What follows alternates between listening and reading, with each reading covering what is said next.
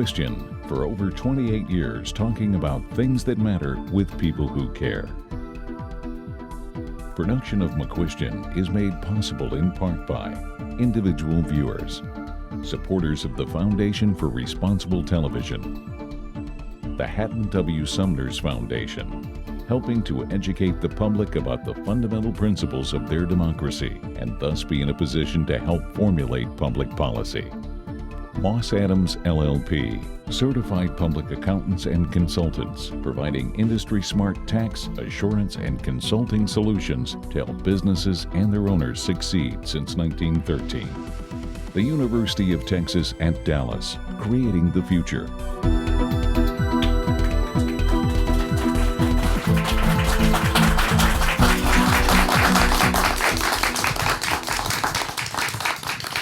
According to the Levin Institute, globalization is a process of interaction and integration among the people, companies, and governments of different nations, a process driven by international trade and investment and aided by information technology. This process has effects on the environment, on culture, on political systems, on economic development and prosperity, and on human physical well-being in societies around the world. Now, while many see globalization as not only positive but inevitable, it is not without its critics. On this program, we'll examine the issues from several perspectives, so let's meet the panel. Starting on my left, Pia Orenius is a Vice President and Senior Economist at the Federal Reserve Bank of Dallas, where she researches the links between economic growth, immigration, and trade. Pia, welcome back to the program. Thank you, Dennis. And sitting next to you is Matt Rooney. He's Director of the Economic Growth Program at the George W. Bush Institute in Dallas and formerly worked for the State Department. His program works to raise awareness of the benefits of global trade and investment for growth and job creation in the U.S. with a focus on NAFTA. So Matt, let me just ask, is globalization a good thing, and if so, why? Oh, I think so. For one thing, I think, well, it's tempting to think of globalization as being about trade because that tends to be how it manifests in our daily lives. It's really a much more complex phenomenon than that. And it's actually about human nature. Globalization has its roots in the fact that people are curious, people are communicative, they want to talk to the people next to them, they want to see what's over the hill, and that leads to that desire to go out and see what's available in the world. And that, to my mind, that's the mainspring of globalization. And therefore, globalization can't be bad because it's about human nature. It's a natural thing to happen. Okay, Pia, obviously you do a lot of work at the Fed, I know, on immigration and these other things, but give us your take on globalization and how important it is, number one, and how positive it is, number two. I think globalization is important. On a more basic level, it's really about openness, and it's about openness and sharing. And so by virtue of openness, I think that's how it makes other people, people richer, societies richer, because they share, whether it's something basic such as public health or technology to something, more concrete like trade, the exchange of goods or services, and also business investment flowing across borders. Obviously, when capital is able to seek, its highest return is usually when you get a more efficient allocation of the factors of production, you get more growth and more wealth. Now, all that sounds good, Matt, but if that's the case, why are so many people angry about it? And this president that we have, Donald Trump, a large part of, I think, his platform was, I don't know that he said it this way, but it was pretty much anti-globalization. So I think there's two answers to that question, Dennis. One is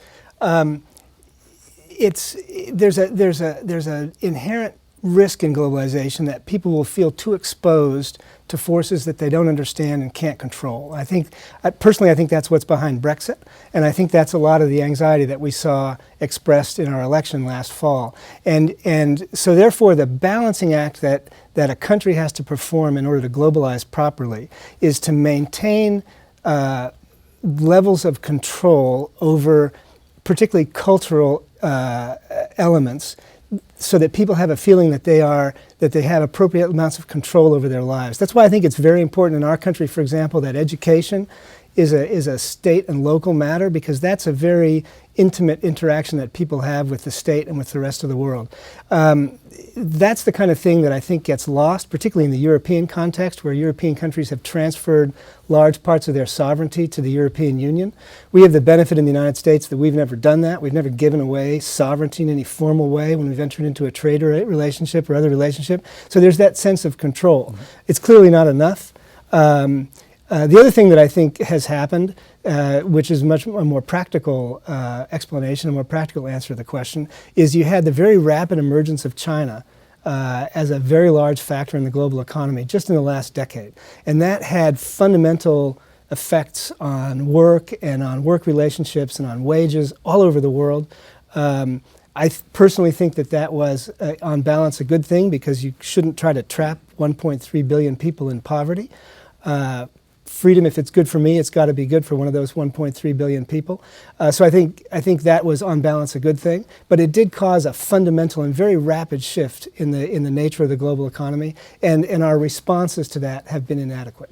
Yeah, interesting. Now, he mentioned a term, Pia, that we all hear. I'm not sure that every viewer watching, when he mentioned the word Brexit, understands exactly what that is. It's not something we see up on a sign in green or red, I don't think, even though the last few letters are the same.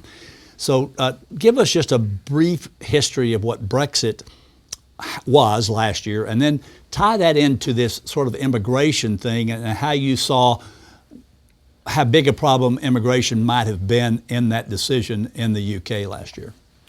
Well, Brexit was the decision by voters in the United Kingdom to exit the European Union. And I think it came from a variety of reasons, or a number of reasons. But I think getting back to the winners and losers from globalization is, or what are the benefits and costs of globalization? I mean, the problem is that there are winners and losers from globalization. I think that's part of what drove the Brexit vote.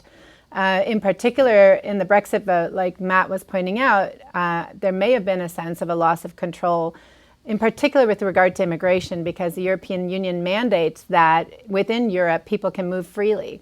Of course, what happened in Great Britain and in England is that so many people moved to England from within the European Union. This is not even talking about the refugee flow or anything like that, but even just from Eastern Europe into the UK. And the reason being, obviously they have a fast-growing economy relative to the rest of Europe, but they also speak English. And so I think policymakers forget about those very basic things that pull people from one nation to the next. I mean, if you're deciding, if you're Polish or in somewhere else in Eastern Europe, you're trying to decide where to go to take a job, you can go to Sweden, which was also open, but you'd have to be able to speak Swedish. It might be more difficult. But a place like England, you can speak English. A lot of people speak English. So that's how they got a disproportionate number of migrants, and over a very short period of time, and that created resentment.